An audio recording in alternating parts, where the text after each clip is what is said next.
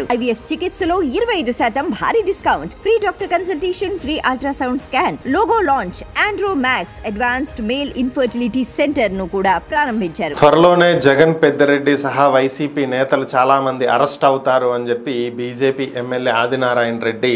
వ్యాఖ్యానించడం జరిగింది. దీనికి గల కారణాలు ఏంటనేది కనుక ఒకసారి పరిశీలించినట్లయితే ఆయన మాట్లాడుతూ గత ప్రభుత్వ హయాంలో 5 ఏళ్లలో అంటే జగన్ అధికారంలోకి వచ్చిన తర్వాత 2019 నుంచి 2024 వరకు ఉన్నటువంటి 5 ఏళ్ల సమయంలో 5 లక్షల కోట్ల రూపాయల అవినీతి జరిగిందని, ఇందులో 2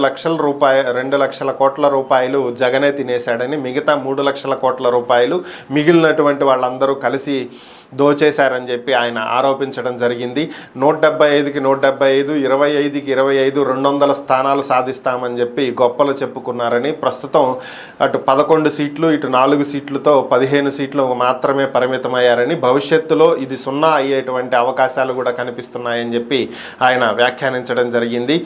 భారీ స్థాయిలో రాష్ట్రాన్ని దోచేసినటువంటి వ్యక్తులు వీళ్ళని, అటుపక్క ఢిల్లీలో సీఎం కేజ్రీవాల్ పరిస్థితి ఏమైందో ఇక్కడ ఏపీలో కూడా అలాంటి పరిస్థితులు ఏర్పడతాయని, తప్పు చేసినటువంటి వారిని ఎవ్వరూ కూడా కాపాడేటువంటి పరిస్థితే ఉండదని, దీని మీద పూర్తి స్థాయిలో ప్రభుత్వం విచారణకు సిద్ధమవుతుందని,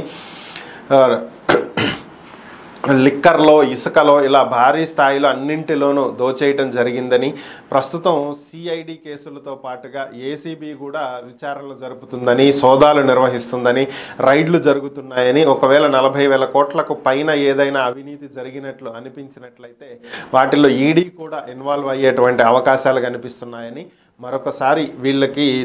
భారీగా అరెస్టులు అయితే తప్పవని చెప్పి త్వరలోనే పెద్దిరెడ్డి, జగన్ అలానే మరికొంతమంది వైసీపీ నేతలు ఎవరైనా సరే వదిలే ప్రసక్తే లేదని, అందరూ అరెస్ట్ అయ్యేటువంటి అవకాశాలు ఉన్నాయని చెప్పి ఆయన వ్యాఖ్యానించడం జరిగింది.